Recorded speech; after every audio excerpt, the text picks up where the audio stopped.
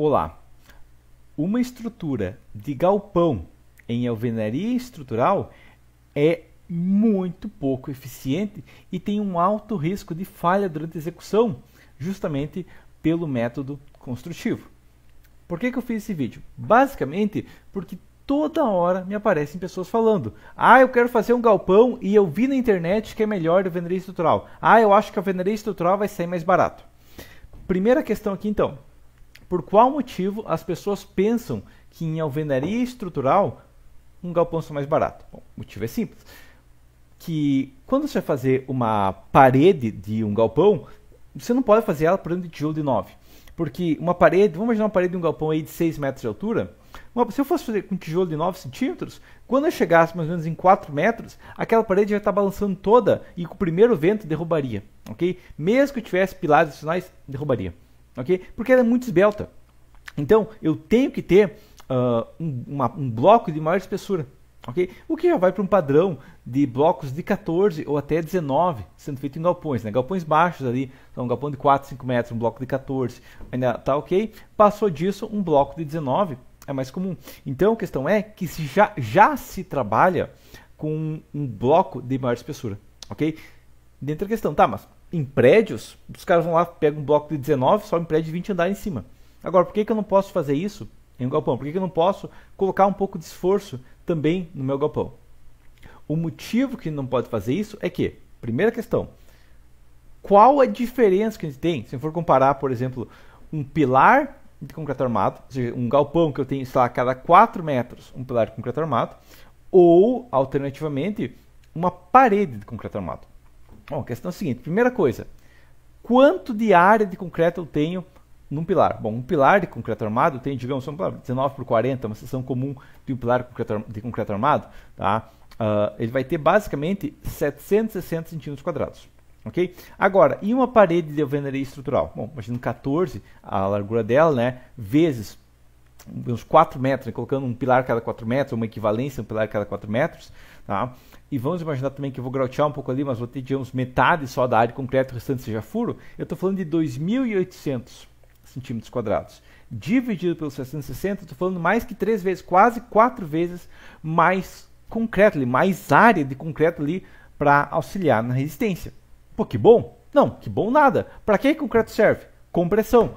Quantas toneladas tem em cima de um galpão?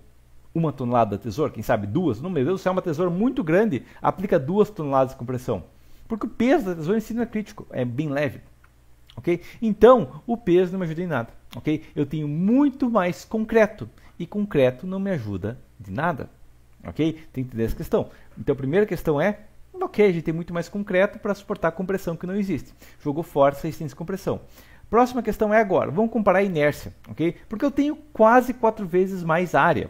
Tá? Mas a questão aqui é o seguinte: uma parede de 400 de largura vezes 14 ao cubo, 400 vezes 14 elevado ao cubo dividido por 12, fórmula da inércia, né, base de altura ao cubo sobre 12, ela vai ter uma inércia de 91.000. Ok? Inércia é um valor alto mesmo, não, meu Deus do céu, não, tá? É normal dar 5, 6 dígitos de inércia, mas a questão é: e um pilar? Um pilar de 19 por 40 ao cubo dividido por 12 tem mais de 100.000. Okay? Então a questão é que o meu pilar, que tem menos que 1/3 da área de concreto, ele tem mais inércia. Okay? Não só ele tem mais inércia, mas como ele é feito de concreto e não de um concreto argamassado ali com pouca brita por causa da espessura do bloco, ele acaba sendo até um concreto mais forte. Então eu acabo tendo um módulo de elasticidade maior e ele vai deformar muito menos que uma parede de 4 metros. Okay? Essa é a primeira questão. Então, o que a gente tem que entender aqui como base é que um pilar ele tem uma eficiência maior que toda a parede de alvenaria estrutural quando a gente fala de suportar deformações. Entendido essa questão? Agora, próxima questão que a gente tem aqui. A gente vai ter primariamente flexão na estrutura, digamos, nos pilares, na parede e tudo mais, de uma obra de alvenaria estrutural ou de qualquer obra de sem laje. Certo? E dentro da questão, para suportar flexão, como que a gente resiste à flexão? Basicamente, a gente resiste à flexão pela quantidade de aço multiplicado pela distância até a região onde tem concreto. Okay? E no caso de alvenaria estrutural, eu vou ter um braço de alavanca, né, a distância de, em torno de 6 centímetros, quem sabe ali muito bem 8 ou 9 centímetros. Enquanto que num pilar de concreto armado, eu estou falando de 35, 36, 38 centímetros, ok? Então eu estou falando 5 vezes mais eficiente na flexão, ou seja, 5 vezes menos aço na flexão, entendido? E aqui é outra vantagem pesada, porque tendo muito mais aço, a gente fica muito mais eficiente, ok? Outro problema que a gente tem, vamos imaginar aqui, ó, que eu tenho a minha parede de alvenaria estrutural aqui, certo? Tá? E vamos imaginar que eu tenho uma tesoura, vamos ficar por cima aqui, não, ou colocar por dentro aqui uma ligação embutida e tudo mais, tá? A ponta de tesoura não importa, tá? A questão aqui é o seguinte, se eu tenho uma parede grande, mas eu tenho um tesouro num ponto localizado, acaba que a área de influência que eu vou ter aqui, ó, vai ser pequena, não vou conseguir aproveitar toda a parede, não posso ligar a minha tesoura em toda a parede. Então o que vai acontecer é que eu vou ter uma certa área de influência aqui no entorno da tesoura, que eu vou ter que armar pesado, mas longe da tesoura não. Então, a gente entra na questão que essa parte da parede aqui no meio, tá? Vamos imaginar que eu tenho outra tesoura aqui do lado, ok? Tem outra tesoura aqui do lado, tá? Essa região aqui no meio, aqui, ó, não tem função nenhuma estruturalmente, ok? Porque ela não está travada, ela tem os BTs muito alta, tá? E não tem uma tesoura próxima para suportar essa região aqui, então eu teria que armar isso aqui à toa, certo? O que é um outro problema que eu estou fazendo bloco ali à toa, né? Se for, vou colocar uma barra a cada 60, beleza? Tá? As barras estão a cada 60 longe das tesouras, estão jogadas fora, elas não têm função estrutural nenhuma, ok? Tá? Próximo problema que a gente tem ainda na alvenaria estrutural. A questão aqui é o seguinte, eu vou ter um pilar, eu vou ter outro pilar aqui, tá? Eu vou ter uma tesoura, pode ser uma tesoura, tá? Uma tesoura aqui treliçada? Pode, tá? Vou colocar uma tesoura treliçada aqui. Não, vai ser um perfil cheio, beleza. Tanto faz o modelo estrutural.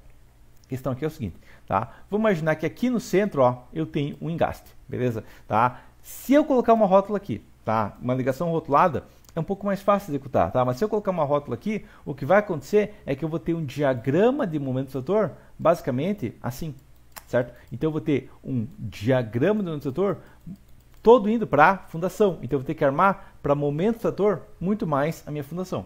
Ok? Você fala, então eu vou colocar um engaste ali, né? Eu vou pegar esse momento do setor aqui, ó, gerar um engaste aqui, beleza, vou ter um negativo menor na fundação, vou ter digamos, um momento do setor menor na fundação e vou transmitir um pouco de momento aqui.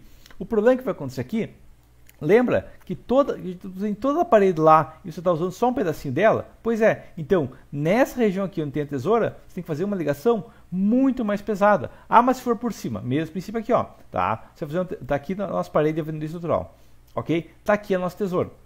Para fazer uma ligação engastada aqui, ó, eu tenho que ter dois montantes bem próximos, que eu tenho que suportar uma cortante muito pesada para suportar aquele momento, porque eu tenho só 14 portantes de um momento. Tá? Eu tenho um bloco de 14 de largura, eu tenho no máximo 14. Eu faço pilar de 40, eu tenho 40 portantes de um momento. Então eu tenho 3 vezes mais capacidade, tenho 3 vezes menos carga na ligação com o momento, ok? E como eu vou ter uma inércia maior, eu consigo transmitir muito mais momento de uma maneira muito mais eficiente, ok? Mas agora, tudo que eu estou falando aqui é o quê? É eficiência, né? É melhor fazer assim e tudo mais. Mas a gente tem um problema muito pior aqui, que é o quê? Que basicamente toda a estrutura aqui, ó, eu não posso imaginar isso aqui. Eu não posso imaginar, vou fazer uma ligação e gastar reduzir momento. Pilar eu posso. Agora, a alvenaria estrutural eu não posso. Por quê? Porque no caso de uma obra de alvenaria estrutural, exemplo, essa imagem aqui, ó, se for subido todas as paredes e depois colocado a estrutura metálica, o que vai, ou a cobertura do maneira, vai madeira, beleza? Depois for colocada a cobertura, o que vai acontecer no caso do galpão é que quando a gente está falando de uma parede alta, essa parede, se ocorrer vento antes de ser colocado a estrutura metálica, vai ter que suportar todos os esforços como uma parede em balanço, ou seja, mandando todos os momentos para a fundação, que tem que ser uma fundação corrida para suportar o momento, entre outra questão. Como que é geralmente uma fundação de um pilar de um galpão? Bom, geralmente eu vou fazer o quê? Eu vim com o meu pilar aqui, imaginando que seja sapato, se for estar com o princípio, tá? Imaginando que seja sapato aqui, ó. Eu venho com o pilar aqui, ó, e faço uma sapata, ok? Qual a solução dessa sapata? Geralmente eu vou fazer uma sapata quadrada, ou se eu tiver um cliente bom, eu faço uma sapata, digamos, mais larga, no sentido que eu tenho vento primariamente. Agora, e no caso da alvenaria estrutural? Com uma sapata corrida, eu tenho que fazer uma sapata larga no eixo fraco dela, no eixo que não suporta o momento. Eu tenho vento para cá, eu tenho que fazer uma sapata larga para cá. É uma sapata pouco eficiente também. Tendo pouca eficiência, ela vai ter pouca rigidez. Tendo pouca rigidez, eu não tenho uma capacidade de absorver momentos adequadamente e, consequentemente, a gente tem o risco de tombamento do nosso galpão. Entendido? Então, vai fazer uma estrutura, vai escolher alvenaria estrutural, concreto, aço e tudo mais, você tem que pensar, qual tipo de esforço eu tenho na minha obra? Eu tenho esforços primariamente de compressão elevada? Opa, eu quero um sistema que tenha muito concreto, uma parede, por exemplo. Tá? Ah não, eu tenho compressão baixa, mas eu tenho momentos altos. Opa, então eu quero ou concreto armado, porque eu tenho um aço, um vergalhão de maior resistência, né, por menor custo, ou eu posso colocar também aço puro mesmo, né, posso colocar um pilar metálico e tudo mais, que como ele é metálico, ele tem naturalmente uma resistência tanto à tração quanto à compressão, ou seja, suporta a flexão. E aí, eu vou fazer um pilar metálico, um pilar metálico cheio e um pilar metálico treliçado. Bom, o pilar metálico cheio, ele está melhor travado, porque ele tem maior largura, mas ele não tem tanta altura, então vai ser um pouco mais caro. Ah, o pilar treliçado, beleza, ele tem maior altura, tem que planejar melhor a treliça, mas muitas vezes eu consigo uma estrutura mais econômica. Mas analisa qual é a solicitação em cada caso. Não vai pensar, alvenaria estrutural é barato, não.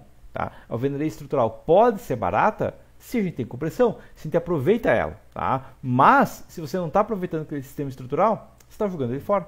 Okay? Você está fazendo um sistema que não é econômico. Okay? E pensa também na etapa construtiva, porque no caso desse galpão aqui, tem esforços muito maiores durante a execução do que depois dele feito. Por quê? Porque ele não tem nenhum travamento da cobertura até ser feita a cobertura. No caso de um galpão, sabe, com pilares com concreto armado, pilares pré-moldados e tudo mais, não é problema, porque até ser levantada a parede, eu já tenho a estrutura pronta, que é o correto se fazer. Tá? Mas no caso da alvenaria estrutural, a gente faz todas as paredes, depois coloca a cobertura, mas até chegar a cobertura, ela já tem que suportar vento, enquanto que um galpão de concreto armado, por exemplo, eu vou ter só os pilares, então o vento consegue passar por ele.